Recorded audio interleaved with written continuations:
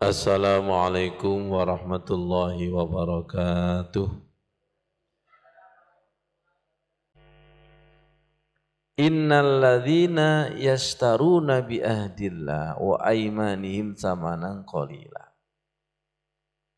Sungguh orang-orang yang memperjualbelikan perjanjian dan sumpah kepada Allah dengan harga yang sangat murah. Saya baca ini langsung kena, ya Allah, Al-Quran itu betul-betul indah.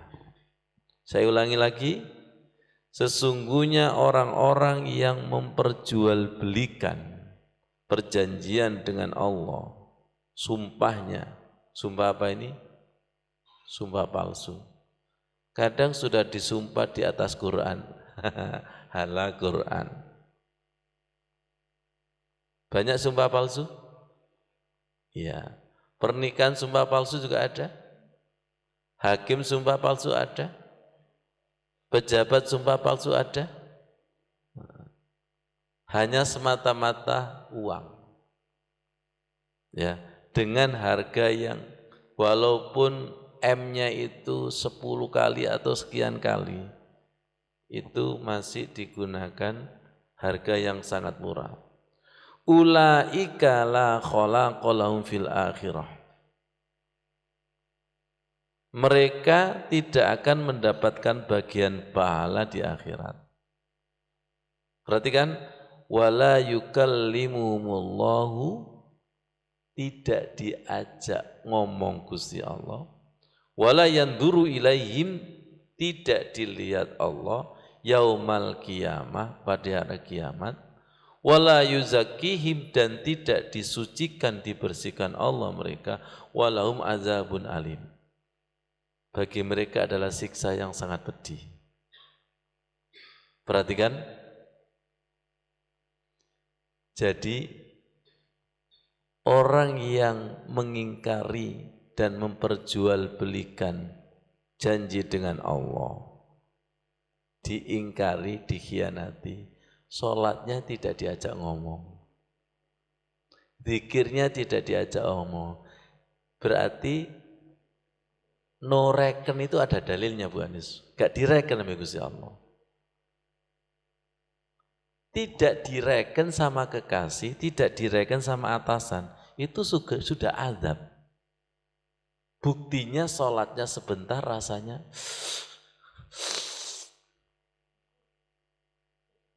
jenengan itu loh, kalau enggak connect ngajinya, lah yang ditunggu wassalamualaikum.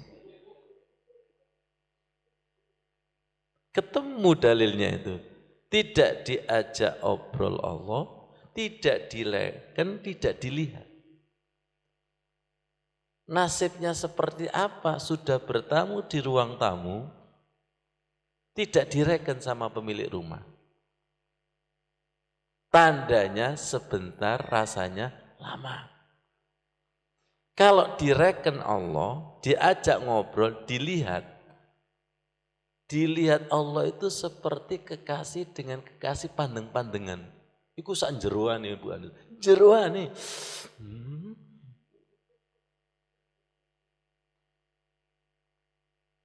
Lihat tatapan kekasih dengan kekasih. Ada magnetnya? Ada listriknya? Ada capek enggak? Enggak ada. Andai kata ngantuk, melek. Lu sampai ndelok ustaz ngantuk ae. Gono tatapan belas itu. Saya tatap tembok ngono ki turu. Saking mangkel sampai tatapan matamu. Kan ada nyanyian itu kan. Jelas ya? Jelas ya? Silakan kontekstualkan pada sholat kita, zikir kita. Kok sebentar rasanya lama, berarti tidak direken Allah. Tidak direken Allah, tidak diajak ngobrol, tidak dilihat. Dan itu siksaan. Mengharapkan kemudian tidak dibalas. Itu siksaan. WA tidak dibalas, siksaan. Surat cinta dibalas SP. Rasanya ingin bunuh diri. Sudahlah. Coba ini. Dan tadi apa? Tidak dibersihkan. Apa Mas Pri? Pak Ali tidak dibersihkan. Gampangannya gini loh. Before and mandi. Sebelum mandi dan sesudah mandi gak ada bedanya. Sebelum zikir dan sesudah zikir itu gak ada bedanya. Sampai dulu tak ibaratkan seperti silakan potong rambut. Setelah potong kepala gimana? Enteng ya. Silakan telinga bersihkan dengan cotton bud. Ada rasa beda? Iya, ada. Silakan buang hajat.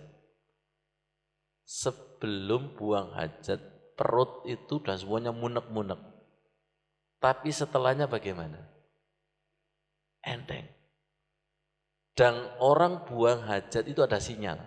Wis mari dan belum itu ada sinyal. Ya po, durung.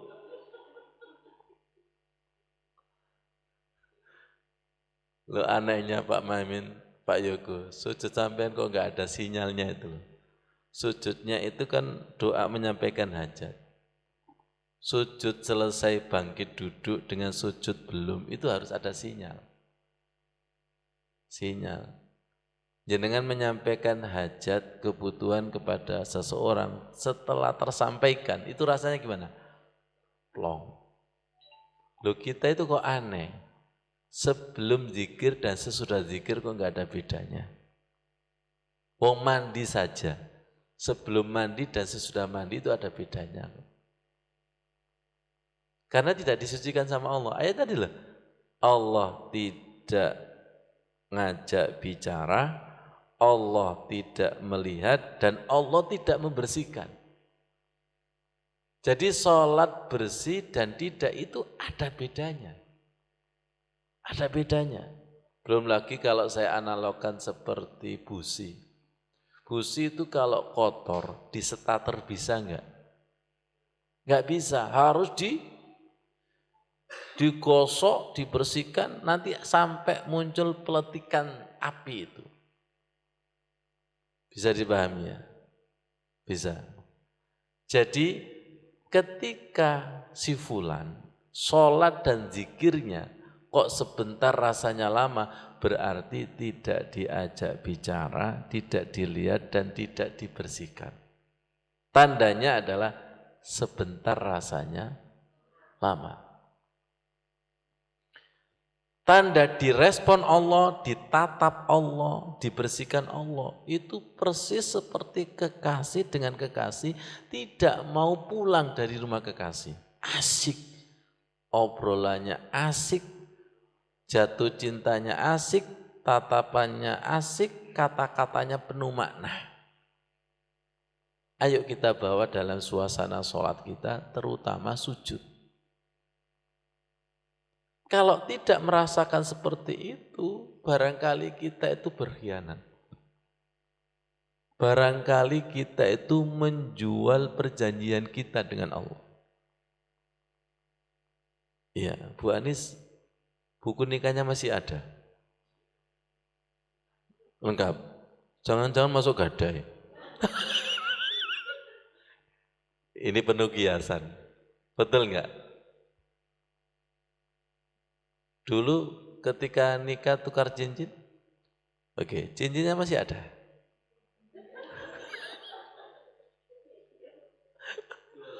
Ustaz kebutuhan. Kalau atas izin silakan, nggak apa-apa. Tapi kalau tidak ada izin itu loh, kemudian suami tahu, istri tahu gimana? Marah nggak kira-kira? Marah?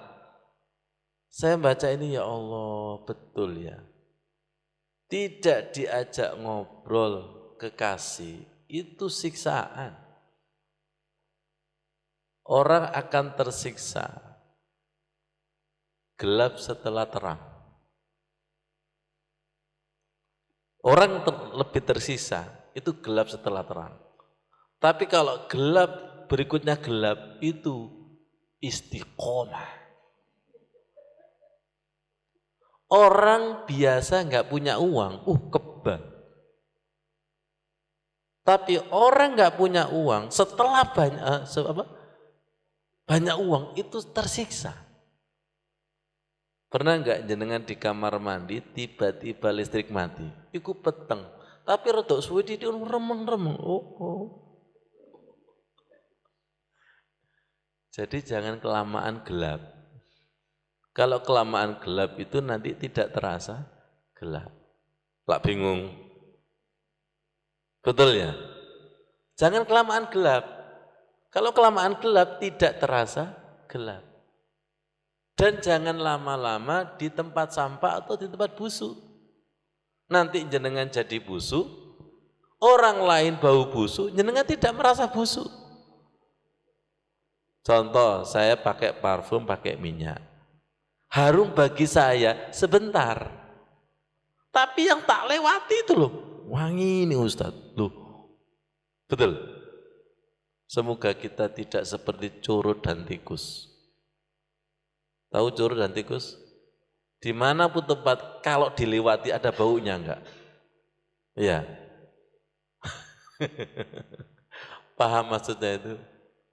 Ya Allah, jangan-jangan kita tidak diajak ngobrol dengan Allah karena bau busuk. Busuk berkhianat, busuk bohong, jual beli ayat. Ini perjanjian suci loh. Allahu Akbar, Allahu Akbar. Itu janji suci. Alastu birabbikum qalu bala sayyidina. Jadi jangan dianggap remeh. Di sini tadi loh, orang-orang yang menjadikan panggilan Allah azan sebagai bahan candaan dan permainan. Halah azan kok. Nah itu sudah menganggap remeh. Nanti ada di dalam surat An-Nisa ayat 103 kemarin. Fa'idha qadaytumus sholata, ketika sholat itu selesai, fazkurullaha qiyaman wa qu'udan wa ala junubikum. Ya, pertahankan zikir baik ketika berdiri, duduk dan berbaring. Ya, tetap dalam keadaan ingat kepada Allah. Fa'idha tma'nantum faqimus sholah, ketika tenang dirikanlah sholat. Inna sholata 'alal mu'minina kitaban mauquta, sungguh sholat bagi orang mukmin yang sudah jatuh cinta dengan Allah itu waktu yang sudah ditentukan ketemu. Gimana sih jenengan sama kekasih janjian ketemu kemudian tidak dipenuhi? Khianat ini. Sudah janji ketemu enggak datang. Sekali enggak apa-apa, 2 kali enggak apa-apa, 3 kali. Makanya ada dalam hadis itu, siapa yang tidak sholat Jum'ah berturut-turut 3 kali, langsung stempel munafik. Stempel munafik itu bukan sekedar munafik, tapi stempel mana cintamu. Sampai ngasih warning seperti itu loh. Siapa yang tidak sholat Jum'ah 3 kali berturut-turut. Ayo ngomong kalau gitu tak buat gak berturut-turut. Wis angel musuh kayak gini wis merekayasa. Itu kan saking nemennya. Kalau tidak berturut-turut barangkali ada uzur. Betul nggak? Ini berturut-turut. Kan saking kasih sayangnya Allah untuk memberikan kesempatan pada diri kita. Makanya ketika kita dipanggil azan, perhatikan. 1, segera lari. 2, santai. 3, ditunda-tunda gak datang. Itulah ukuran cinta. Sudah gak main-main. Nyambung kepada hadis, sahabat bertanya, ayyul a'mal ahabba indallah. Amal apa yang paling dicintai lo? Satu, as-salatu ala waqtiha, summa ayyu birrul walidaini, summa ayyu al-jihadu fi sabilillah. Salat tepat pada waktunya, terutama di awal. Kekasih itu nomor satu atau nomor sekian? Istri satu, dua, sekian. Suami satu,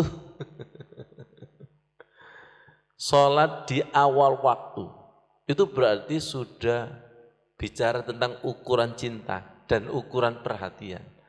Sejauh mana perhatian dan cinta kita kepada Allah bisa dilihat secepat apa ketika kita dipanggil azan. Betul sih kita dipanggil azan itu enggak tertawa, tapi menyepelekan, masih kalah dengan yang lainnya. Ketika masih kalah dengan yang lainnya, itu sama seperti istri kalah dengan yang lainnya, kekasih kalah dengan yang lainnya, akhirnya dia bertanya, mana jin? Semoga bermanfaat. Matur suwun sanget. Wassalamualaikum warahmatullahi wabarakatuh.